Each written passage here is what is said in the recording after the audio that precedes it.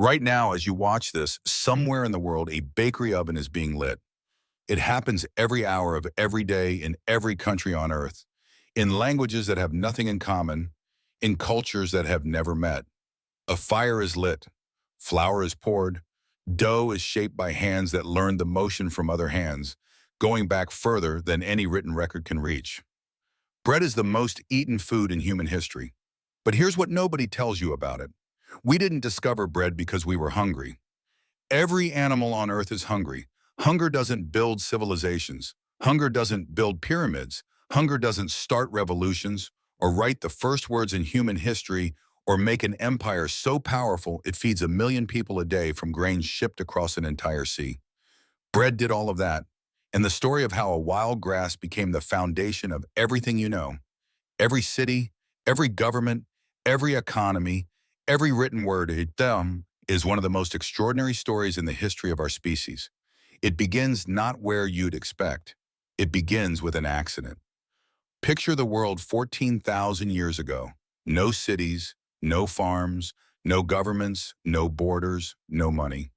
Just small bands of human beings moving constantly across a landscape that belongs to no one. Following animals, following fruit, following the seasons. By every biological measure, these people are successful. They've already spread across most of the planet. They're healthy. They're far more varied in their diet than most people who came after them. They're intelligent, creative, deeply social. They just don't stay anywhere long enough to build anything that lasts. You can't build a city if you have to pack up and leave every few weeks. You can't develop writing if everyone's full-time job is finding the next meal.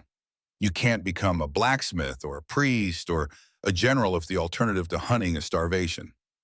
Civilization, the whole elaborate structure of it, requires that some people can eat without being the ones who produce the food. It requires surplus. It requires storage.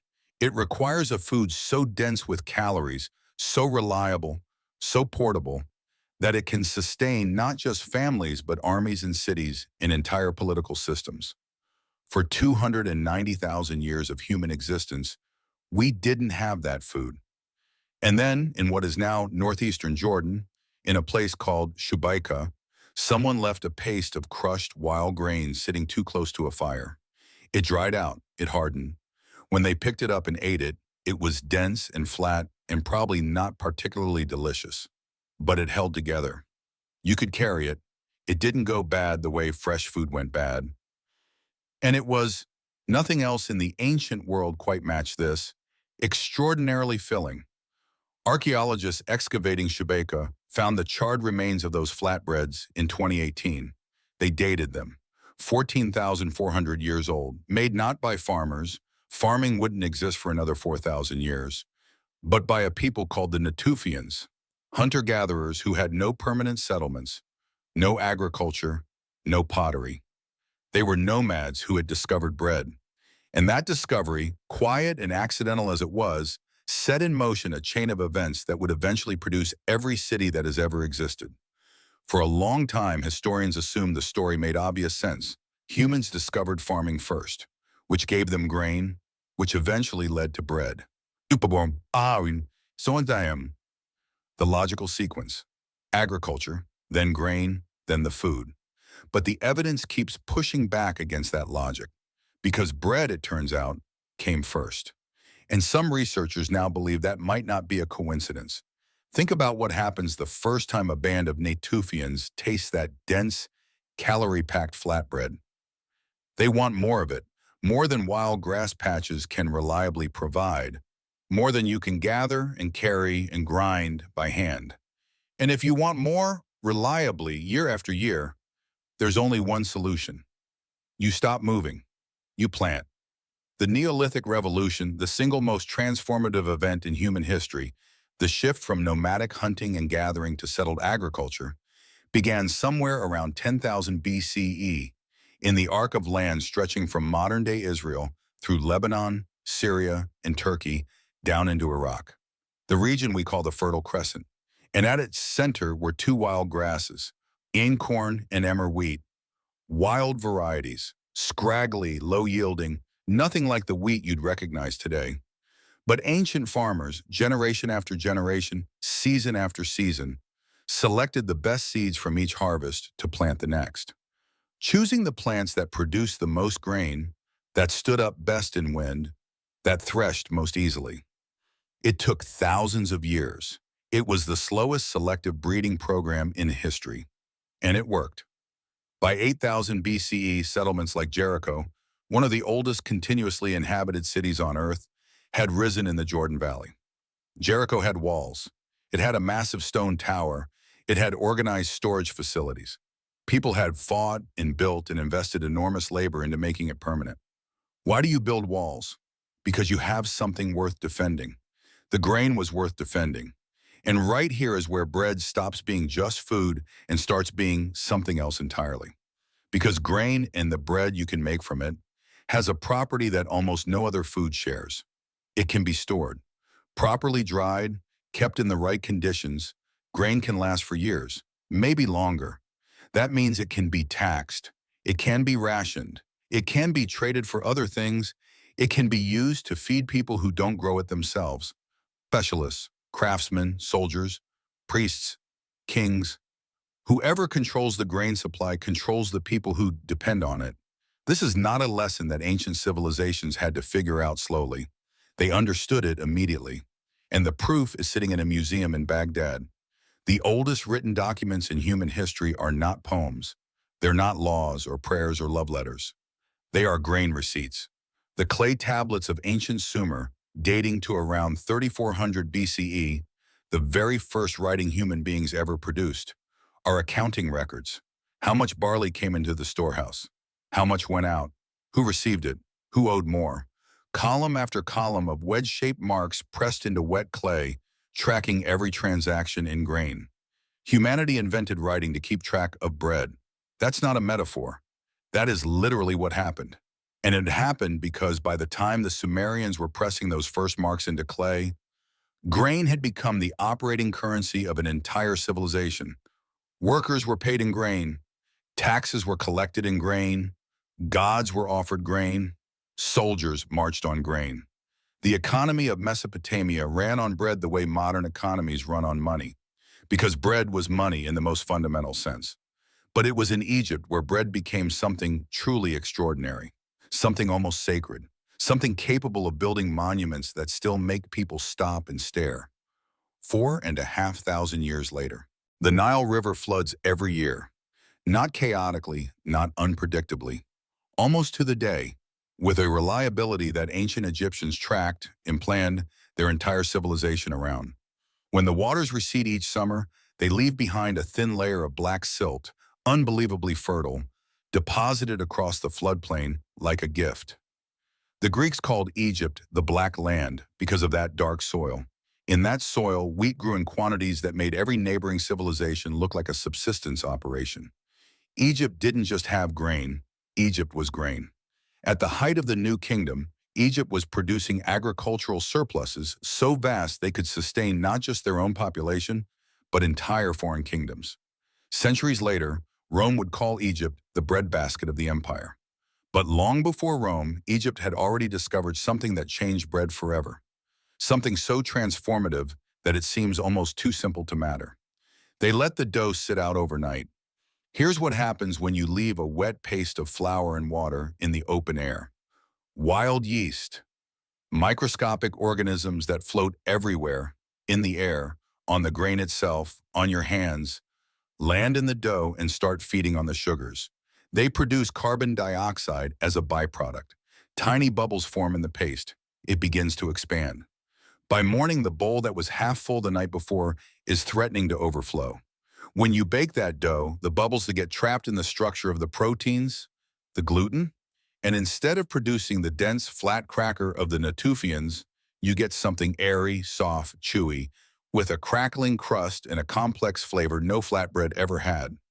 Leavened bread, risen bread, the bread we mean when we say bread. The Egyptians almost certainly discovered this the same way humanity discovers most things, by accident. Someone forgot the dough, came back to find it bubbling and strange, baked it anyway, maybe out of necessity, maybe out of curiosity.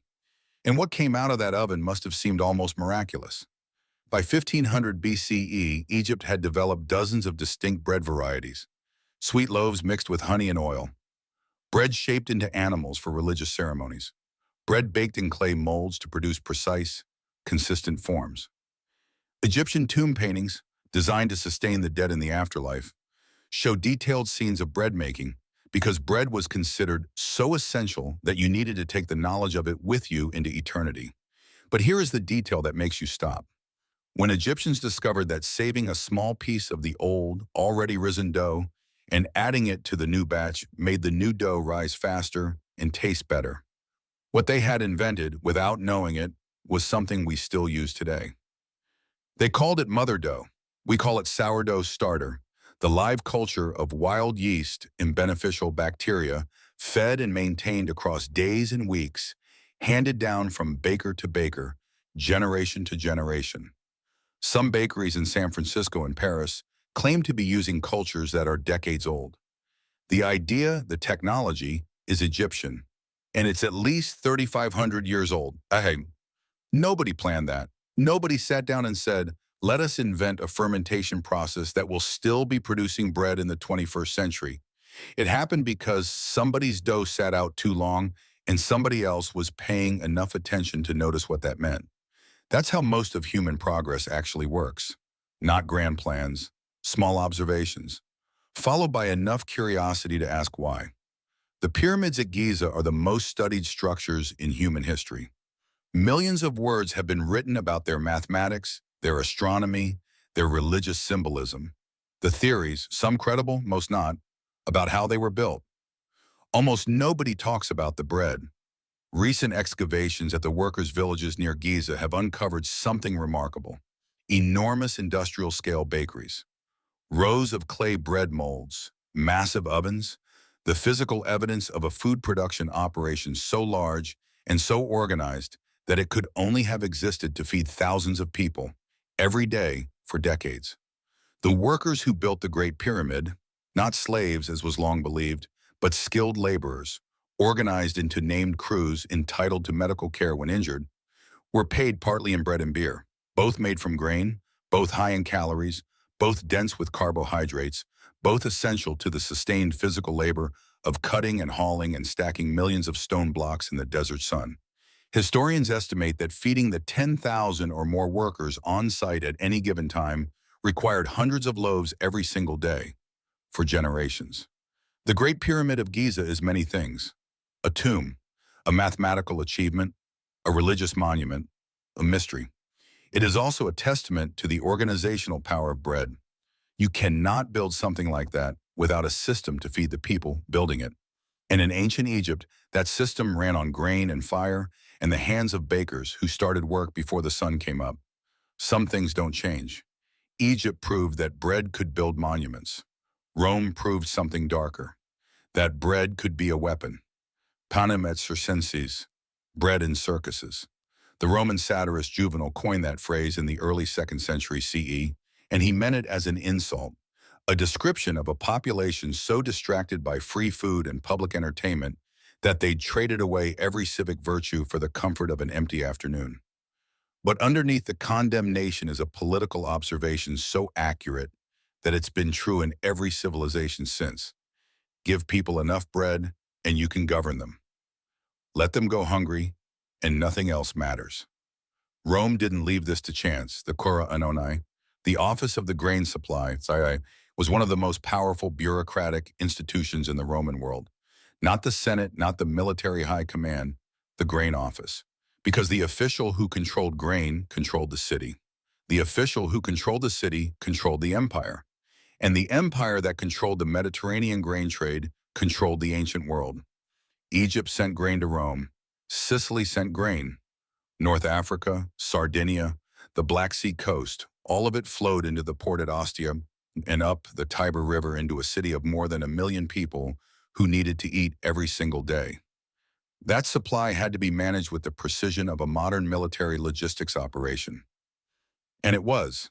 The frumentatio, Rome's formal grain dole, distributed free or heavily subsidized grain to hundreds of thousands of Roman citizens every month.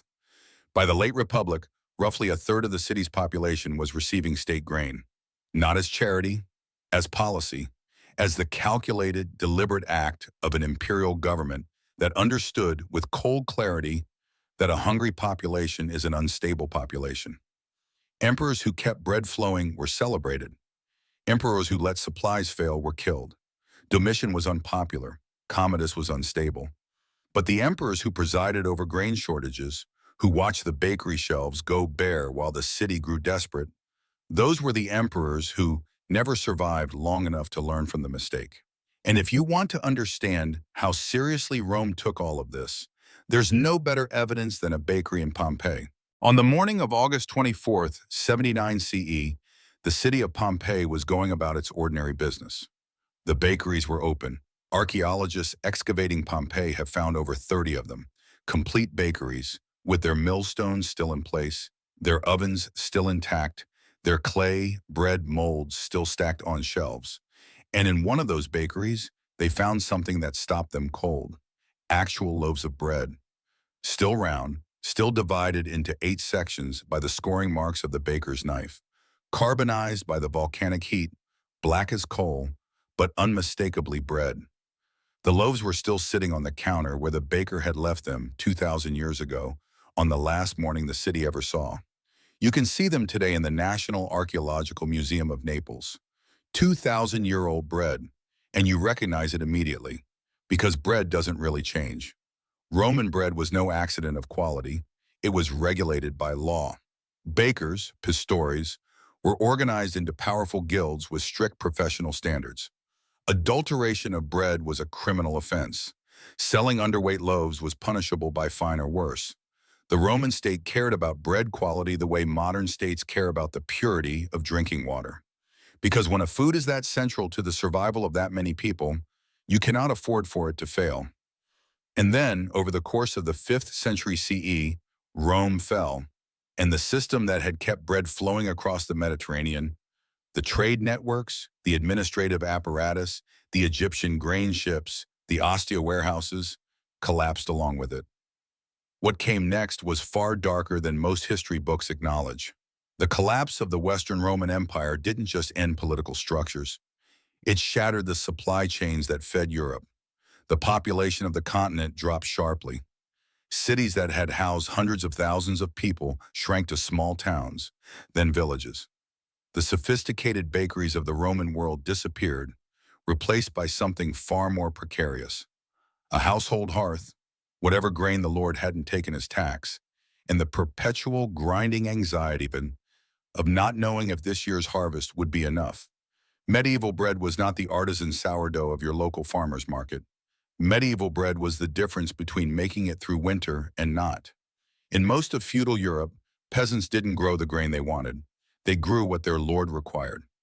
Often that was wheat for the noble table, while the peasants themselves ate darker, denser bread made from rye or barley, crops that survived worse conditions but produced something heavy and slightly bitter, full of bran and sometimes gritty with fragments of stone from the grinding mill.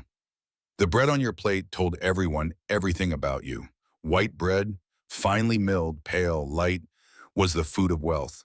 The further down the social ladder you sat, the darker your bread. In a world without menus or titles visible to a stranger, bread was a class signal that nobody could fake. But the darkness of medieval bread wasn't just social. It could be literally deadly.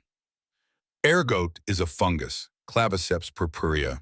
It grows on rye, specifically in wet conditions, in fields where the grain has been slow to dry. It's easy to overlook, easy to grind up with the grain without noticing. And when you bake it into bread and eat it, it releases alkaloids into the bloodstream that are chemically related to LSD. Entire villages ate ergot contaminated bread without knowing it. What followed, documented in medieval chronicles with a vividness that makes you realize the writers had no framework to understand what they were seeing, was chaos. People unable to stop moving, hallucinations, convulsions, a burning sensation in the limbs so severe that sufferers described feeling their skin on fire. The condition was called St. Anthony's fire. Thousands died from it. Thousands more lost fingers and toes to the gangrene-like vascular effects. And then there are the dancing plagues. In 1374, in the city of Aachen, hundreds of people began dancing uncontrollably. They couldn't stop. They danced for hours, then days, weeping and convulsing, and unable to explain why they couldn't stand still. It spread to other towns. The church called it mass demonic possession. Doctors were baffled. Historians argued about it for centuries. A significant number of researchers today believe the most likely explanation is ergot. If that seems distant and medieval, consider this.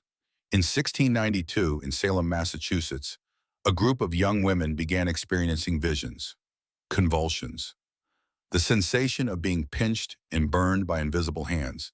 They accused their neighbors of witchcraft. 19 people were executed. An entire community was torn apart. Historians have been trying to explain Salem for 300 years. One of the most compelling theories, first proposed by a Linnaeus University researcher in 1976, suggests the accuser's symptoms are consistent with ergot poisoning from rye bread. Salem had the right crop, the right wet conditions, the right timeline. We may have hanged 19 people because of contaminated bread. Nobody planned that. Nobody intended that. But bread, at this scale, at this level of dependence, had power over human events that its earliest bakers could never have imagined. Not everything about the medieval relationship with bread was grim. While the feudal world struggled, Europe's monasteries became something unexpected. The guardians of agricultural knowledge, the careful preservers of milling techniques and crop varieties and baking traditions that might otherwise have been lost entirely in the chaos of the post-Roman centuries. Monks needed to eat. More than that, monks had something peasant farmers almost never had: stability. A monastery didn't move. It accumulated knowledge over generations because the institution itself persisted across generations, and because bread sat at the center of Christian theology in a way that made it impossible to treat casually. The Lord's Prayer asked for daily bread. The Last Supper was built around broken bread. The Eucharist, the central sacrament of Catholic worship, transforms bread into something divine, into the body of Christ himself. When the faith of an entire civilization holds that bread is literally sacred, bakers become a kind of priest. Monastic bakeries fed the monks, yes, but they also fed travelers.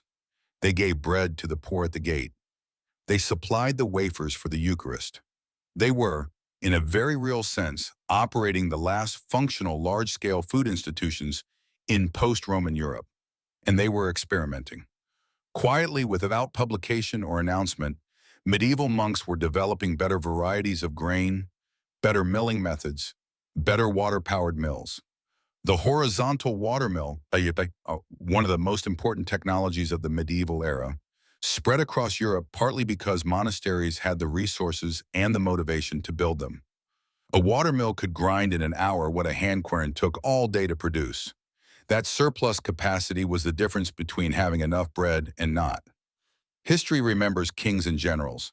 It rarely remembers the monk in the flour-dusted habit who figured out that a different millstone angle improved the grind. But that monk mattered too. By the time the 18th century arrived, bread had been sustaining European civilization for nearly 10,000 years. It had built empires and fed armies and maintained the fragile peace between lord and peasant. But the relationship between rulers and the ruled, mediated always by the price and availability of bread, was more tense than it had ever been. Nowhere more so than in France. In 1788, France had a catastrophic harvest, drought in the summer, then one of the most brutal winters in living memory, so severe that the Seine River froze solid. By spring of 1789, the price of bread in Paris had reached a level that consumed up to 80% of an average working person's daily wages. Not income, daily wages. 80% for bread. People were not just uncomfortable, they were starving. And they were watching through the gilded gates of Versailles as the royal court continued in its extraordinary, theatrical, magnificently indifferent luxury. On July 14, 1789, a crowd stormed the Bastille fortress in Paris. That's the moment history records as the beginning of the French Revolution. The symbolic opening shot, the day that changed everything. But the bread march that came 3 months later may have been the more consequential moment. And it was led not by philosophers or soldiers or revolutionary politicians. It was led by the market women of Paris. On the morning of October 5th, thousands of women, sellers from Les Halles, the great market of the city, working women, fishwives, laundresses, gathered in the streets and began marching. 12 miles through driving rain, to Versailles, they carried pikes. Some carried kitchen knives. Some carried muskets. They were chanting about bread, about the fact that there wasn't any, about the rumors swirling through the city that the court at Versailles had been hoarding flour. They arrived at the palace and they demanded the king. Louis XVI met with them, made promises. And the following morning, the royal family, the king, Marie Antoinette, Beauchamp, the Dauphin, left Versailles for the last time and returned to Paris, to face the city they had abandoned to hunger. Marie Antoinette never said, "Let them eat cake." That quotation was almost certainly attached to her name after her death by revolutionary propagandists who needed a villain. The historical evidence doesn't support it, but the story stuck because it felt emotionally true. Because the rage of 1789 was the rage of people who couldn't afford bread, looking at a court that had never once been required to think about it. And the French Revolution wasn't unique in this. Bread, its price, its availability, its presence or absence, runs underneath almost every major popular uprising in European history like an underground river. The Peasants' Revolt in England in 1381, the German Peasants' War of 1520, from the Chartist movement in 19th century Britain, the Russian Revolution of 1917, where the Bolshevik slogan wasn't freedom or justice, but something more immediate, more visceral: peace, land, bread. Lenin understood something that most political theorists underestimate. The most sophisticated ideology in the world cannot compete with hunger. If people are starving, ideology is a luxury. Bread is not. The 19th century changed bread in ways that 10,000 years of baking had not. The Industrial Revolution brought steam-powered mills. Then in the 1870s and 1880s, roller milling, a process that used pairs of steel cylinders to grind grain with a precision no millstone could match. Roller milling could strip the bran and the germ from wheat with extraordinary efficiency, producing a flour so white, so fine, so pure, that it had no equal in the history of bread. White flour, the product that bakers had been striving toward since ancient Egypt, the food that had signaled wealth and status and civilization for millennia, was suddenly available to everyone, anyone, at a price that ordinary people could afford. It should have been a triumph, but nobody had fully understood yet what happens when you remove the bran and the germ from wheat. The germ contains most of the vitamins, B vitamins, vitamin E, iron, zinc. The bran contains the fiber. What remains in white flour is largely starch. Nutritionally, it's a fraction of what whole grain flour provides.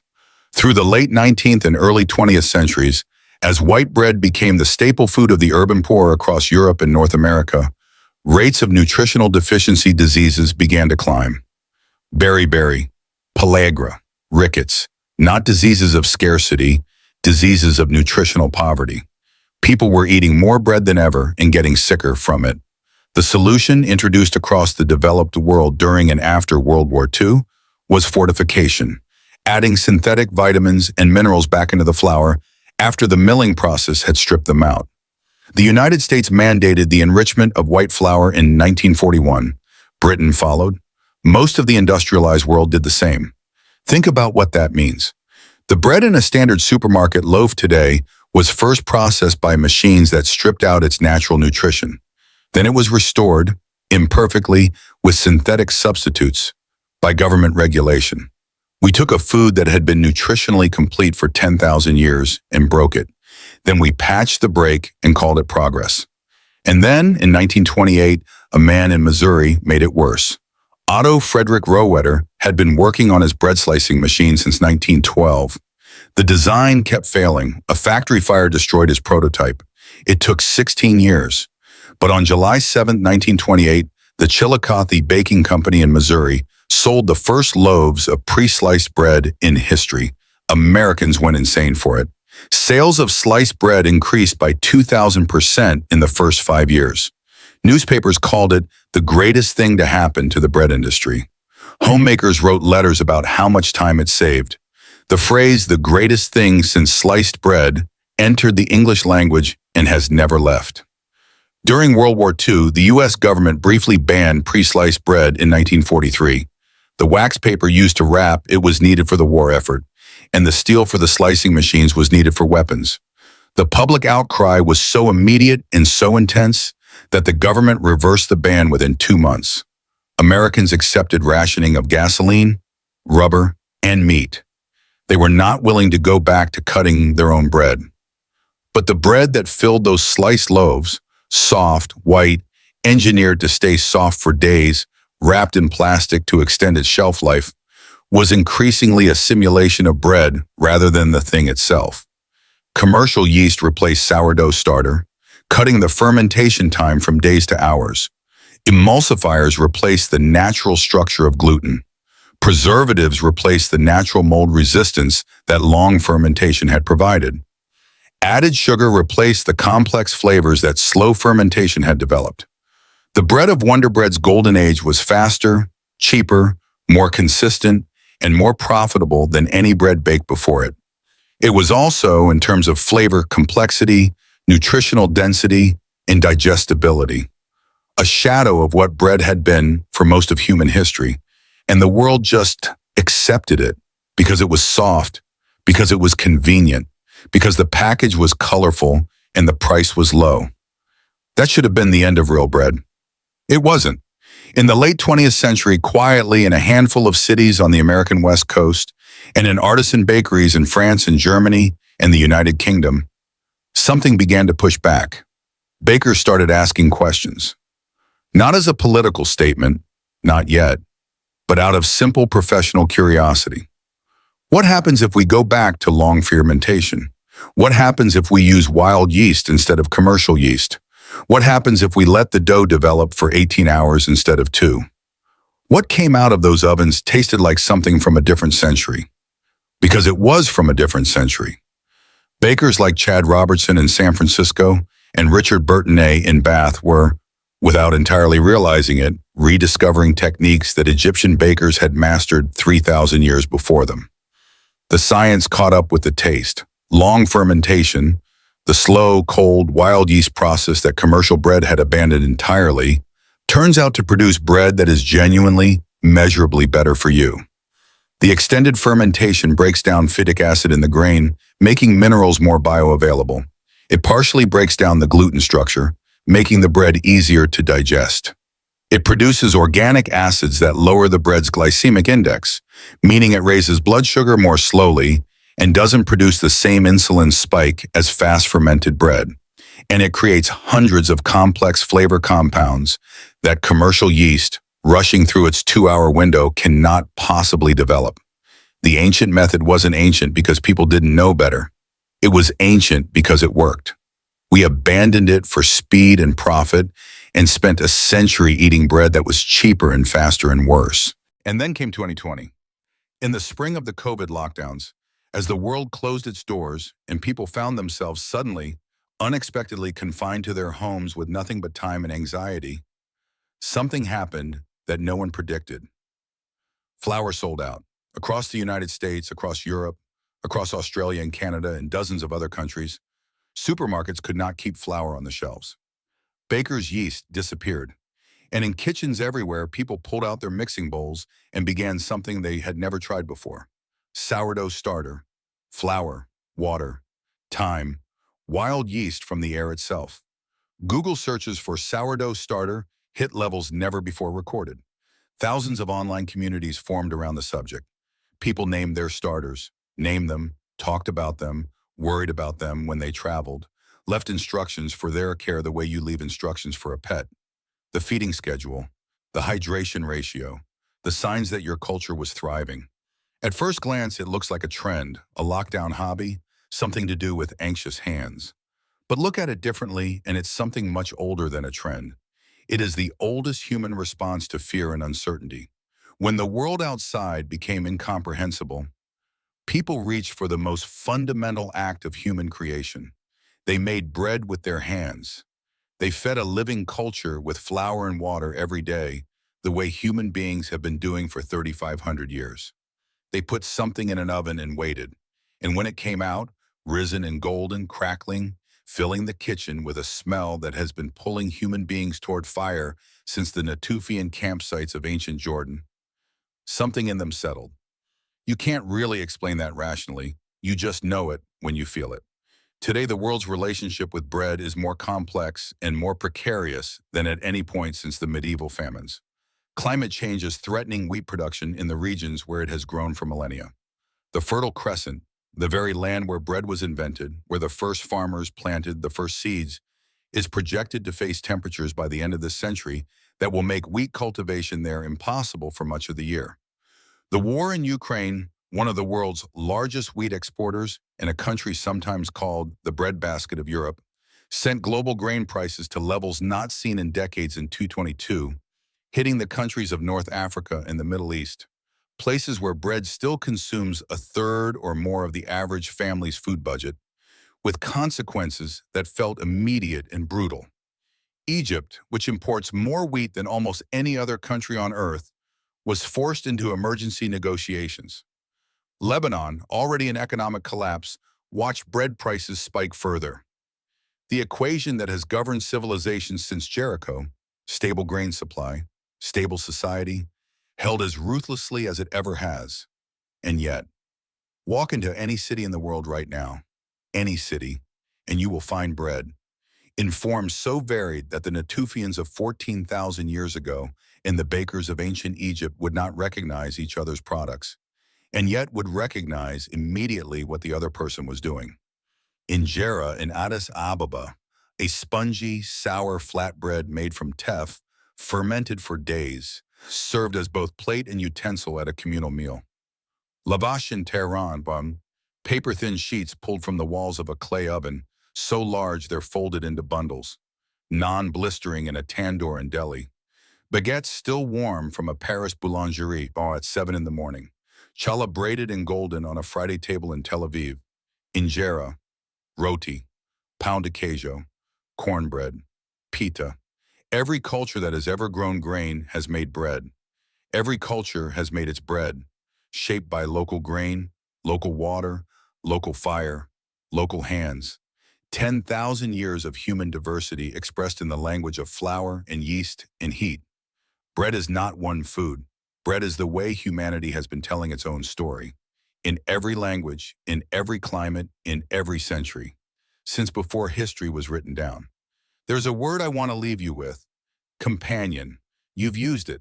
Everyone has. It means a friend, a partner, someone you travel through life with, but it comes from the Latin com, meaning with, and panis, meaning bread. A companion is literally someone with whom you share bread. The word is 1,000 years old. The practice it describes is 14,000 years old. In almost every culture, in almost every religion, in almost every tradition that has ever existed on this planet, bread is not eaten alone. It is broken. It is passed around the table. It is shared with companions. Think about what that means. We took a wild grass and we transformed it into a food that became the foundation of civilization. We built cities around it and governments to protect it. We wrote the first words in human history to account for it. We built the pyramids on it. We toppled kings when it ran out. We invented writing for it.